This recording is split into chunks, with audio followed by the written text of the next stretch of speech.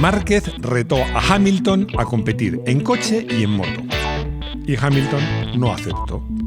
¿Qué hubiese pasado? Yo lo tengo claro. ¿Y tú? Te vamos a contar si es más difícil pilotar una MotoGP o un Fórmula 1. Bienvenidos a Garaje Hermético. Enciérrate con nosotros.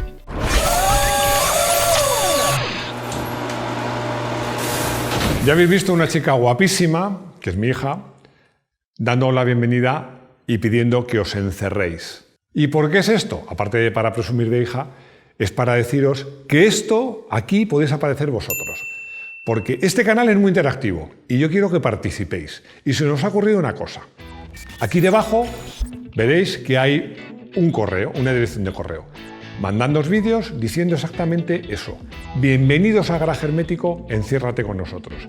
Y así, la bienvenida, en vez de decirla yo, la decís vosotros. Así que ya sabéis, contamos con vosotros.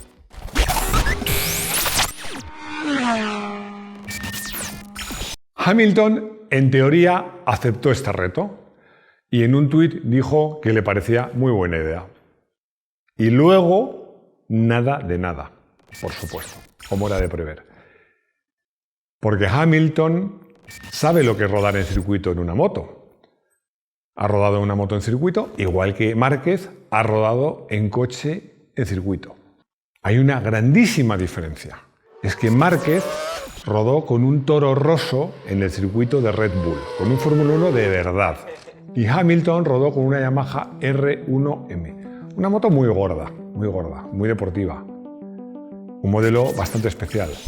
Pero un modelo de calle, prácticamente de calle, como el que tú o yo nos podemos comprar. Esta es una polémica eterna que hoy pretendo resolver. Por una razón, porque ahora me preguntan si me gustan más los coches o las motos, y de pequeño me preguntaban si quería más a mi madre o a mi padre. Os imaginé la respuesta. Y ojo, que aquí no vamos a hablar de qué carreras son más espectaculares, cuáles son más divertidas de ver, como espectáculo cuáles son más interesantes. No. Eso, si queréis, hacemos otro vídeo. Aquí vamos a hablar de qué es más difícil de conducir, si un coche de Fórmula 1 o una moto de MotoGP. Y os prometo que, aunque algunos os enfadéis, me voy a mojar. Os hago una recomendación. Creo que para entender este vídeo o para disfrutarle más, sería bueno que vierais otros dos que ya hemos emitido y que ya podéis ver, que son lo difícil que es conducir un Fórmula 1 y qué es más rápido, un coche o una moto. Porque aquí muchos de estos argumentos que hemos utilizado entonces los vamos a volver a utilizar en este vídeo. Y por otra parte, ya sabéis, os lo he dicho muchas veces, que hago mucho caso de vuestras sugerencias. Y este es un vídeo que me habéis propuesto muchos me habéis pedido este vídeo, dentro de esta serie de qué es más difícil conducir. Y uno de ellos ha sido Felipe Manque. Felipe Manque, que yo recuerdo fue el primero. Así que, Felipe, te lo prometí, te dije, voy a hacer este vídeo y te lo voy a dedicar. Así que, como diría un torero, va por ti. Vamos a entrar en materia. Y os hago una pregunta. ¿Cuántos pilotos de motos se han pasado a la Fórmula 1? Por ejemplo, me viene a la memoria Mike Haywood. Ya sabéis que es uno de los pilotos que más admiro. Pero, y esta vez este pero tiene justificación, no me puedo olvidar de John Surtees. A mí me gusta más llamarle Big John, porque Big John es la única persona en el mundo que ha conseguido ganar un mundial de motos, bueno, más de uno, y un mundial de Fórmula 1. Es un caso único. Y hay más casos, no me voy a enrollar, hay más casos. Sobre todo en los años 50 y 60 había muchos. Y pilotos de motos que se han pasado no a la Fórmula 1, pero a los coches con cierto éxito, eso ya son legión. Además, muchos pilotos de MotoGP recientemente han hecho test en un Fórmula 1. Bueno, recientemente y no tan recientemente, porque ha hecho test Valentino Rossi. Por cierto, abro un paréntesis, aprovecho para saludar a otro garajista que pone el nombre Palentino Rossi, me hace mucha gracia, así que Palentino, también te saludo. Y volviendo a nuestro tema, Valentino Rossi probó un Ferrari, Márquez, Pedrosa, Lorenzo, y hay un rasgo en común en todos, que lo hicieron más que dignamente. Lo hicieron francamente bien. Pero, y aquí el pero es muy grande, pero ¿cuántos pilotos de Fórmula 1 se han pasado a MotoGP? A mí no se me ocurre ninguno. Ninguno. Si se os ocurre alguno, por favor, ya sabéis, caja de comentarios. Yo no recuerdo ninguno. Es cierto que ha habido pilotos de Fórmula 1 como Michael Schumacher, que probó una Superbike, no una MotoGP, que es la hostia, pero no es una MotoGP. O Hamilton, pero no han competido, han rodado en circuito y poco más, ¿no? Pero es que llegados a este punto hay otro pero muy grande. Y os lo voy a explicar. ¿Qué hace un piloto de motos? Un piloto de motos acelera, frena y gira, en este caso un manillar. Más o menos lo mismo que hace uno de Fórmula 1. ¿Dónde está la diferencia? En que está haciendo eso encima de una moto, haciendo gimnasia más de media hora.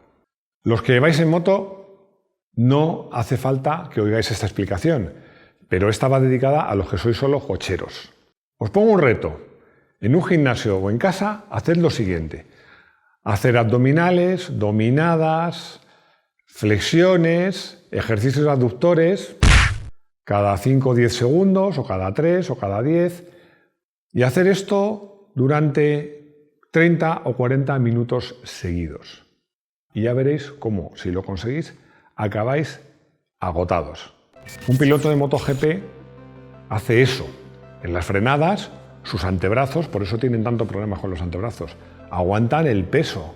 En las aceleraciones, los brazos aguantan también el peso del cuerpo. Tienen que ir descolgándose de la moto, tirar muchos aductores, y hacen todo eso mientras tratan con auténtico mimo el acelerador, el freno y el manillar. Es decir, que un piloto de MotoGP hace lo mismo que un piloto de Fórmula 1, pero encima de un potro salvaje. Hay más argumentos a favor de las motos, y en este caso no lo voy a decir yo. Lo dijo en su momento el ya fallecido Niki Lauda, que le entrevistaron porque él era aficionado a MotoGP y preguntó qué le parecía MotoGP y dijo, hay cosas que no entiendo, que se pueda derrapar sobre 2 ruedas y sobre 4 no. A él le parecía sorprendente porque, os lo aseguro, derrapar en asfalto, otra cosa sin campo, derrapar en asfalto sobre 2 ruedas no es nada fácil. Pero es que además también añadió Niki, y me impresiona ver rodar a estos pilotos a 350 km por hora a cuerpo gentil, como decía mi madre, o sea, ahí puestos encima de la moto y codo con codo. Esto os aseguro que complica mucho las cosas. Pero, otro pero grandote que me ha puesto aquí Rodrigo, hay más. ¿Qué más hay? Muy sencillo. Un piloto de Fórmula 1 tiene cierto margen, se puede equivocar. Se va largo una frenada, acelera demasiado y hace un trompo. No pasa nada. En moto no te puedes equivocar. Si te equivocas, te vas al suelo. Y si te vas al suelo, te puedes hacer poco daño, mucho daño, o lesionarte, o ser aún peor. En este punto, recuerdo, vuelvo al tópico, os voy a contar una anécdota. Estaba entrevistando a un piloto que me gustaba muchísimo, Carlos Abella, que fue un grandísimo piloto de karts y de luego de Fórmula 3 y que pudo llegar mucho más lejos. Y le estaba preguntando cómo encontraba él el límite del coche. Y me miró, me sonrió complaciente y me dijo, sobrepasándolo. Yo voy más rápido, hasta que hago un trompo, hasta que me salgo. Claro, no es mala idea, pero no la apliques en las motos, porque en las motos el juego es más complicado. Hay que ir lo más cerca del límite o al límite sin pasarlo, porque si lo pasas te puedes hacer mucho daño. Y para mí este es otro inconveniente que hace más difícil la conducción de una moto en general y de una MotoGP en particular. Con lo visto hasta aquí, pues podríamos decir, ya hemos acabado el vídeo. ¡Bien! Y Rodrigo se pondría muy contento. Se ha puesto muy contento. Pero no hemos acabado el vídeo. Porque no estamos diciendo que es más difícil conducir, si un coche o una moto. Estamos hablando de que es más difícil conducir un Fórmula 1 o una MotoGP. Y eso lo cambia todo. Os decía al principio que estos vídeos generalmente los hace un tío que va en coches o un tío que va en motor y al empezar ya se sabe el resultado final. Yo, como os decía, no soy sospechoso de ser partidista ni partidario porque me gustan por igual. He corrido en ambas disciplinas, en motos de asfalto no, porque mi exmujer me lo prohibió, pero en enduro sí, en motocross, en coches. Lo que pasa es que no es lo mismo. No es lo mismo. La Fórmula 1 y MotoGP es otro universo. No tiene nada que ver. Y si me preguntarais, si la pregunta fuera que es más difícil conducir una moto o un coche, incluso de competición, pero de competiciones, permitidme, entre comillas, menores, lo tendría claro. Pero insisto, estamos hablando de qué es más difícil conducir, si una MotoGP o un Fórmula 1. Voy a insistir un poco más en este tema porque ya sabéis que tengo una escuela de conducción y he colaborado con una importante compañía de seguros. Recuerdo que me preguntó un jefazo, oye, tengo un hijo de 16 años que quiero que sea un buen conductor, ¿qué me aconsejas? Le dije, pues compra una moto. Me dijo, hombre, que le compre una moto, si yo quiero que sea un buen conductor de coches. Y yo le respondí, es que la gente que empieza de joven conduciendo motos es un conductor de coches mucho más seguro. Y me respondió, bueno, ¿y de dónde sacas esa afirmación, ese dato? Dije, de las estadísticas de tu compañía, de la suya y de todas. La gente que ha empezado conduciendo motos de pequeña son conductores de coches, luego mucho más seguros. Tienen más experiencia y la moto te da desarrollar un sexto sentido que luego te ayuda mucho a la conducción. Es una pena que en España, que no se permite rodar en moto por el campo y que se ha puesto cada vez más difícil el tener un scooter y que la gente joven de ahora prefiere una consola o un móvil a una moto, pues se ha perdido mucho esa parte de aprender a conducir en moto. Pero esto no es una opinión, es un dato. La gente que empieza joven a conducir motos, en general, la gente que conduce motos son conductores de coches más seguros. También hay que hacer justicia porque os decía que muchos pilotos de Fórmula 1 han empezado en las motos. Y es verdad. Es verdad, sobre todo en los principios, en los 50 y 60. Por una razón muy sencilla, porque las motos son de precio, en general, incluso a alto nivel, mucho más asequibles. Entonces, eran muchos los pilotos que empezaban en las motos y cuando empezaban a destacar, se pasaban a los coches. Los coches estaban considerados entonces una categoría superior. Yo diría que entonces e incluso ahora, porque los coches, a pesar del auge de MotoGP, se mueve más dinero, mucho más dinero. Y, a ver, no lo ocultemos, hay mucho más pijerío, muchos más famosos, Monte Carlo, actores, tal. Bueno, el mundo de la Fórmula 1 es mucho más glamuroso y lo notas incluso si te vas a un campeonato nacional, si ves el paddock de una carrera de motos y ves el paddock de una carrera de coches, ves que en el mundo de los coches hay más dinero y más pijerío. Esto es así. Ya he dado muchos argumentos a favor de las motos y ahora le toca el turno a los coches. Bueno, mejor dicho, ya he dado argumentos a favor de las motos y de MotoGP y le llega el turno a la Fórmula 1. El primer argumento es evidente y seguro que lo tenéis ya en la cabeza. Los Fórmula 1 son muy rápidos. Muy rápidos. Rapidísimos. Os decía que convenía ver el vídeo de que es más rápido un Fórmula 1 o una MotoGP, porque ahí os cuento que las diferencias cuando corren en el mismo circuito son abismales. Puede parecer una perogrullada, pero una de las cosas que es un piloto, de alguna manera es un ordenador. Recibe información, la gestiona, la interpreta y actúa en consecuencia. Es obvio que cuanto más deprisa vas, tienes que gestionar esa información también mucho más deprisa. Y os aseguro, en la Fórmula 1 todo pasa muy deprisa, porque además, como os contaba en ese vídeo, en recta un Fórmula 1 no es mucho más rápido, ni acelera mucho más, frena mucho mejor, pero sobre todo en curva la diferencia de velocidad de paso por curva de un Fórmula 1 a una MotoGP es brutal. Y eso hay que gestionarlo muy rápido. Si veis a los pilotos la cámara on-board, cómo manejan el volante, es que las decisiones se toman no en segundos ni en décimas, yo diría que en centésimas de segundo. Yo en este punto os voy a contar una anécdota para que os hagáis una idea muy ligera de lo rápido que se va en un Fórmula 1, que tiene aerodinámica y muchas cosas, y entre otras que también hablamos en un vídeo de si agarran más los neumáticos lisos con dibujo, también tienen slick. Como piloto he tenido un grandísimo admirador, o tuve, porque ya falleció, más aún que mi madre, más que nadie, que mi novia, más que nadie, que era mi hermano. Para mi hermano, hasta Ayrton Senna, comparado conmigo, era un mal piloto. Vamos, para él era el mejor. Y tenía muchas ganas de rodar conmigo en coche en un circuito, en un coche de carreras, en un coche de verdad. Yo entonces corría, pero rodar con alguien en un circuito, en un coche de carreras de verdad, no es fácil, porque los coches de carreras se usan cuando hay carreras, y cuando hay carreras no puede llevar a alguien. Tienes que alquilar el circuito, o que haya tandas donde se pueda rodar con coches de carreras. Al final lo conseguí. Me costó años, pero conseguí poder rodar con el coche de carreras con mi hermano en el asiento de la derecha. Salí, calenté los neumáticos, eran slick, y di unas cuantas vueltas, paré, le dije, venga, súbete. Mi hermano era muy grande, era mucho más grande que yo. Conseguimos ahí, como pudimos, meterle en el bucket, atarle, y yo salí, era mi hermano, y había confianza, y salía por nota, salía por nota, no decía nada. En el jarama está al final de recta, luego hay una curva a continuación que es fondo con un coche de carreras y con slick.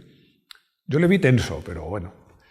Luego está la rampa Pegaso, y luego está la bajada de Bugatti, que para mí es con mayúsculas, la curva del jarama, porque es una curva, siempre lo digo, bajada, casi sin escapatoria. Imaginaros que es una curva en bajada ligeramente contraperaltada, con el guardarraíl muy cerca, y que al final hay una frenada en curva.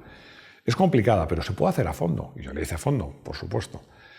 Y seguí, y cuando estábamos ya cerca de la entrada recta, vi que mi hermano me hacía gestos de entrar en boxes, con la mano, me golpeaba la pierna y decía que entraba en boxes. Yo pensé, se le habrá soltado el cinturón, irá incómodo. Fue parar, y fue como si el coche se hubiera incendiado. Dio un salto y se salió del coche. Yo bajé y le dije, pero José, ¿qué te pasa? Y dice, ya está, ya he tenido suficiente. Pero me estás contando, pero podemos dar 5 o 6 vueltas. No, ya he tenido suficiente. Pero de verdad que no va a pasar nada, que no me voy a chocar, y menos contigo. Y dice, no, es que yo nunca imaginé que se podía tomar las curvas así de deprisa. Es que supera a lo que es capaz de gestionar mi cerebro.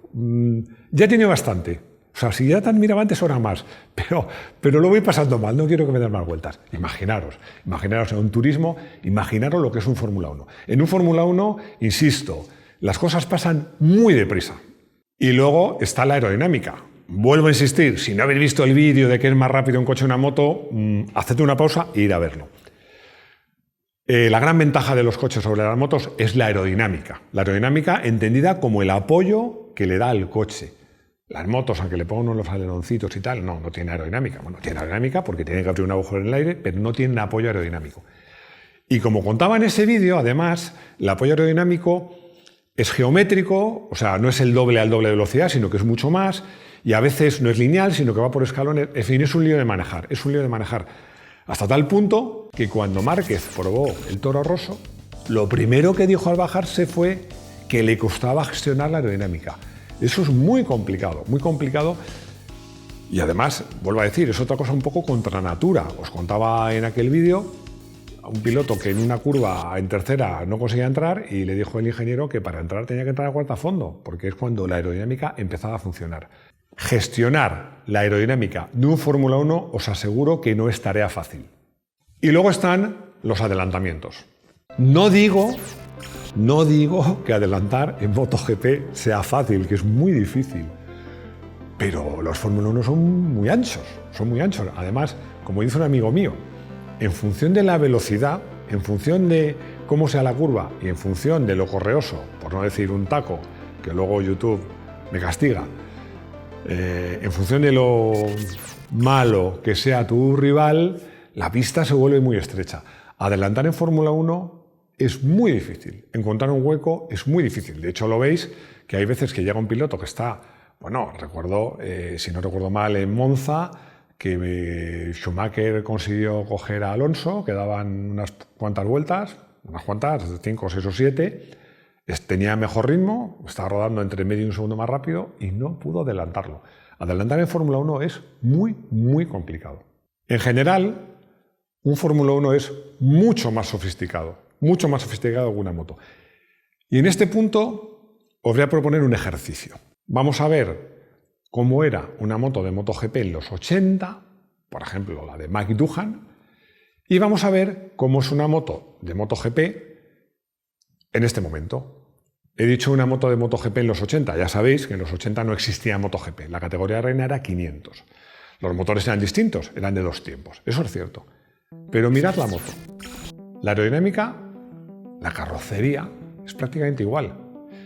Os diría que el chasis, que por cierto, ese tipo de chasis lo inventó un español, Antonio Covas, pues es que en esencia es lo mismo. Las suspensiones, sin duda, son mejores, pero son igual. Una horquilla, que en el fondo son dos palos que entran en dos tubos, porque es así, una horquilla, y un basculante y un muelle, y ya está. O sea, las motos, en todo ese tiempo, en 40 años, han evolucionado francamente poco. ¿Y qué ha pasado mientras tanto en la Fórmula 1? Vamos a hacer el mismo ejercicio. Un ejercicio que en cierto modo perjudica a la Fórmula 1, porque os recuerdo que en los años 80 los Fórmula 1 precisamente tuvieron no una evolución, una revolución, porque aparece efecto ala, los turbos, pero da igual. Vamos a comparar un Ferrari de los 80 con un Ferrari de este año, de 2020.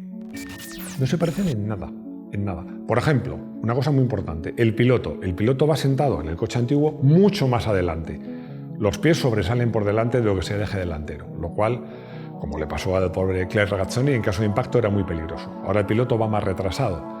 Por temas de seguridad también lleva un halo, que se llama halo, ese algo de seguridad que tanto aporta a la seguridad de los pilotos y que tan feo hace los monoplazas de ahora. Lo más importante, que no se ve, es que el bastidor de ahora es un complicadísimo monocasco de fibra de carbono que además protege al piloto. ¿Y qué os voy a decir de la aerodinámica?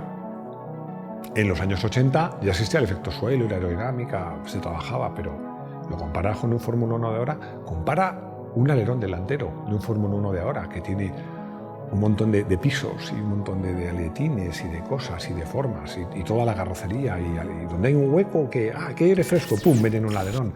Ha cambiado muchísimo y por supuesto los motores que, como sabéis, son híbridos tecnológicamente, aparte de que te gusten más, volaban más, sonaban más los de antes. A mí me parece que sonaban mejor los de antes, pero tecnológicamente la evolución ha sido brutal. Y os aseguro una cosa, siempre es mucho más difícil gestionar una máquina compleja que una máquina sencilla. Cuando comparas una MotoGP, y adoro las motos, con un Fórmula 1, la MotoGP es un aparato relativamente simple. En Fórmula 1 puedes regular las suspensiones, el motor, tienes mapas, tienes un montón de cosas electrónicas que regulan la salida, el cambio que es por levas. Os voy a hablar del cambio, porque al final muchos pensaréis, hombre, ¿dónde va a parar? Un cambio de levas es más fácil que un cambio en H. Sí, es cierto. Un cambio en H había que usarlo. Y un cambio de levas pulsas y cambias. Sí, pero es que el uso es mucho más fácil. Pero el saber cómo actúa el cambio, a qué régimen, a qué velocidad, si lo tienes más tiempo pulsado, cambia dos marchas o bajas una o tal, toda esa sofisticación complica toda la conducción, porque me diréis, bueno, pero son profesionales. Sí, pero os he dicho antes, es que todo pasa muy deprisa. Por muy profesionales que sea, no son superhombres ni son marcianos. Son personas como tú y como yo, pero con mucha más habilidad y mucho más entrenamiento. Una máquina tan sofisticada como un Fórmula 1, que influye tanto la gasolina, los coches llevan 100 litros de gasolina. Una moto lleva unos 22 litros de gasolina, un coche lleva 100. Es decir, el comportamiento cuando el depósito va lleno o vacío cambia por completo. Cuando pones unos neumáticos u otros, cambia por completo. Cuando vas detrás de un coche o tienes aire fresco, cambia por completo. Cuando pones un mapping, porque te quedas sin gasolina y no llegas, o quieres adelantar y pones el mapping que te da full power, cambia por completo. Todo eso hace que manejar un Fórmula 1 sea realmente difícil. Podríamos estar, o por lo menos yo, podría estar hablando horas y horas sobre este tema, porque me apasionan las carreras, me apasiona MotoGP, me apasiona la Fórmula 1, me apasiona la conducción.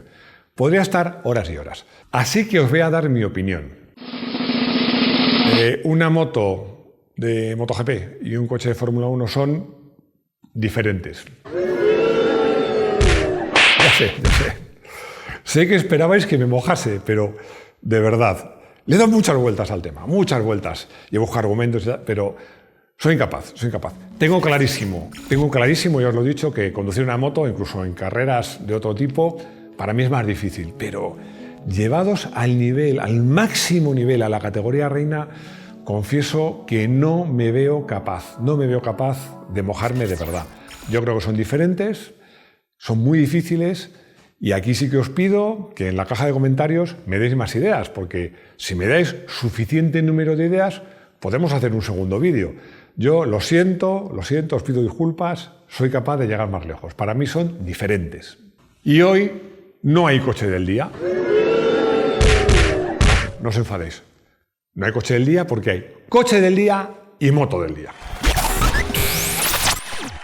Con el coche del día, lo siento, pero me voy a repetir, porque cuando hablo de monoplazas y tengo que coger o escoger un coche que sea matriculable, me acuerdo del Garbí. Y me voy a repetir porque ya encontré una foto de una carrera que os he contado en otro vídeo, no me voy a repetir tanto, que disfruté muchísimo con ese coche. El Garbí, os lo digo rápidamente, es una versión hecha en España de una réplica, digámoslo así, del Lotus Super 7, que lleva motor de moto, un coche de 500 kilos, chasis tubular. Un motor de moto generalmente se pone de Hayabusa o algo parecido, es decir, estamos hablando de cerca de 200 caballos, cambio secuencial. Es un aparato y es lo más parecido a un monoplaza que yo personalmente he conducido por la calle o en un circuito. Y en cuanto a moto del día, aquí lo tengo todavía más claro. He elegido mi moto, una Suzuki GSX R1000, que es la moto con la que suelo rodar cuando rodo en circuitos. Es una moto que me encanta, creo recordar, del 2005, es la última versión de la GSX R1000 de carrera larga. Yo os comenté en un vídeo hablando del Renault Megane, si no recuerdo mal, que los motores de carrera larga suelen tener más bajos. Esta moto me encanta porque tiene muchos bajos, tiene cerca de 200 caballos y además, para ser una moto R, es relativamente grande. Ya sabéis que yo mido bastante y estas motos suelen ser muy pequeñitas. Esta moto además la di de baja porque la fui preparando un poco más cada vez, y ya llegó un momento que en esta moto no podía ir despacio. Me acuerdo que fui a probarla por la sierra, estuve haciendo curvas y luego a la vuelta venía por autopista, relajado, me metí detrás del carenado, iba pues a medio gas y en una curva noté que se movía un poco. Digo, joder, he puesto a amortiguar la dirección, no sé qué, y aún así se mueve. Me di cuenta, iba casi a 200. Alguno me va a regañar, pero es que os aseguro que yo iba relajadísimo a medio gas, pensaba que iba a 140. Y con esta moto soy incapaz de ir despacio y en cambio el circuito es una auténtica gozada. Así que por eso y porque también tengo alguna foto que estaréis viendo, la he elegido para moto del día. Ahora sí, ahora ya hemos acabado y ahora es cuando os digo aquello de que si os ha gustado el vídeo me deis un like, por favor suscribíos y en este vídeo espero comentarios vuestros para que me ayudéis a buscar argumentos a ver si soy capaz de mojarme. También os digo que en YouTube hay una campanita que si la pulsáis os avisamos del próximo vídeo. Y lo más importante de todo es que espero veros de nuevo en nuestro garaje hermético. ¡Hasta pronto!